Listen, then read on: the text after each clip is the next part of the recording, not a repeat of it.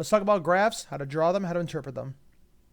Now, when it comes to graphs, there are three kinds of graphs that we must discuss. And those are position, think displacement, velocity, and acceleration graphs. Acceleration is kind of the not as much used as the other two. So, every time you look at a graph, you got to make sure what kind of graph it is. You can probably figure out based on the y-axis. That's why I wrote meters there. And it's almost always time on the x. Recognize positive above the x-axis, negative below the x-axis. For velocity, meters per second is your key. And then for acceleration, meters per second squared.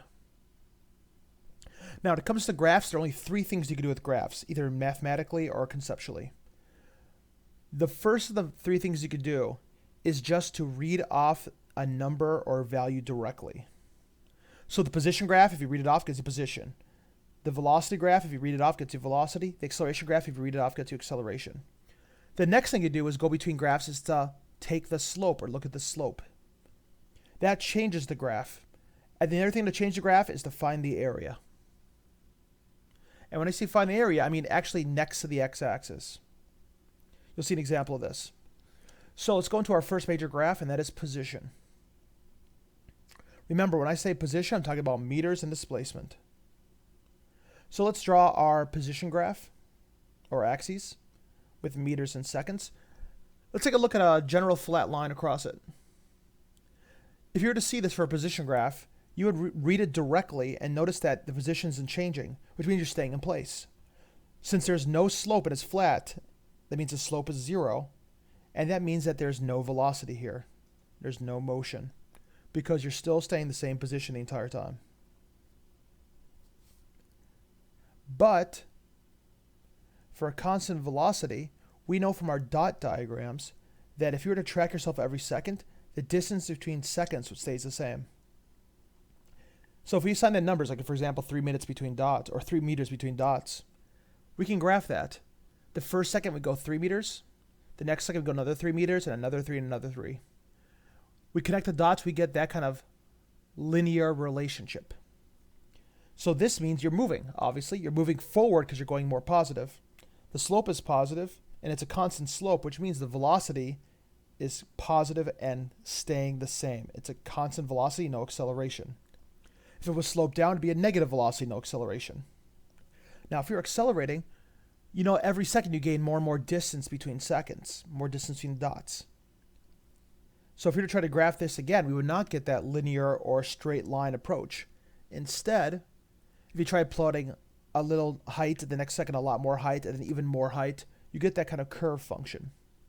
That curve, in this case, means you're still moving forward because you're getting more positive with your displacement and your position. Your slope is changing, you have a positive velocity, and you're gaining acceleration. So you're actually accelerating, your velocity is changing.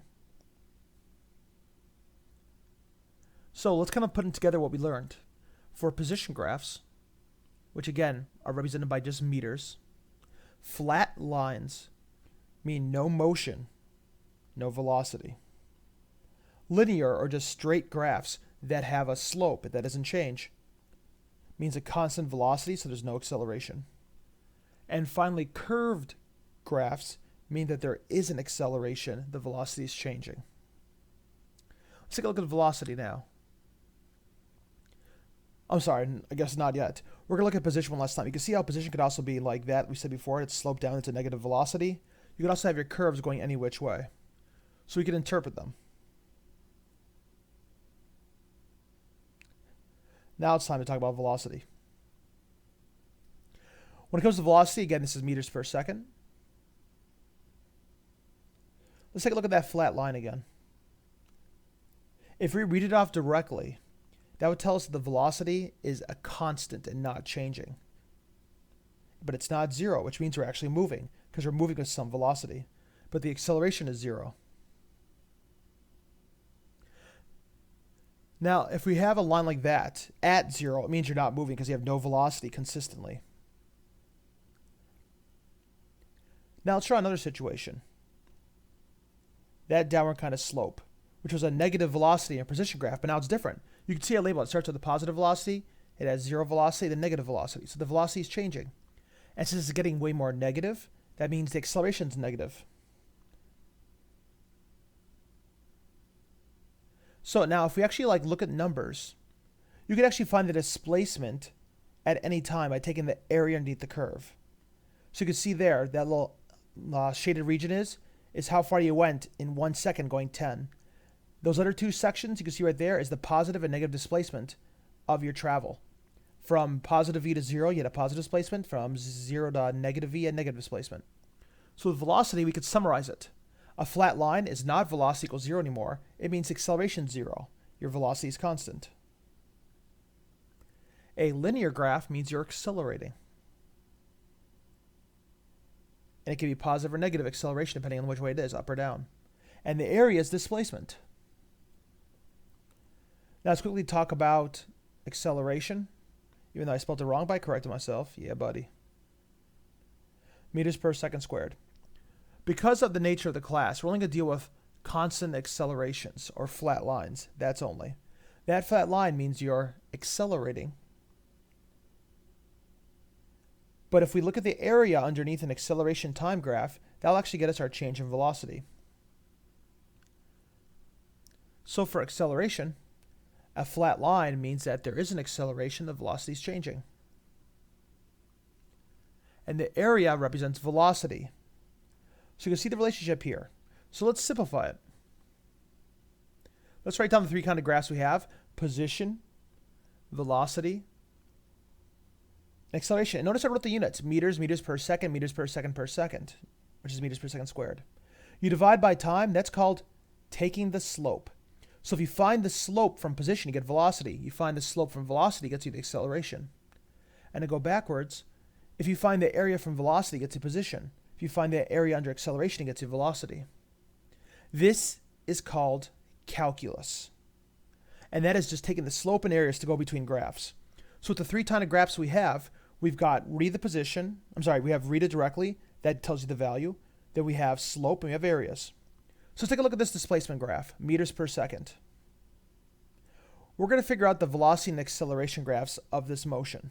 And to do that, we're going to look at the slopes at every point. I'm drawing tangent lines in at every single point there. Starts off flat, then becomes kind of negative, then even more negative, even more negative, even more negative. Again, not the actual value, but the slope itself. Since we're looking at a different kind of idea, we can't read it directly. So I just kind of assigned them random numbers here. 0, 1, 3, 5, 7, 11. It's all relative, right? And I'm about to graph those. So I'm building my velocity graph because I'm changing it, because I'm trying to get a new graph. But since all these slopes are negative, I want to put negatives in front of each number. So now the first slope is 0, so at that point about 0. The next moment it's -2, then -3, then -5, -8, -11. And I get that linear line that's not flat. It is actually representing an acceleration. So position and velocity, you take the slope. We took the slope of that graph and we have it. Since the slope is changing, you find a bunch of points and then build a connection between them. And that's what I did from the position graph. Now, the slope of this graph I did a couple times, but it's not changing. It's a constant negative slope, which means their acceleration is a constant negative, and that's what I drew there in green.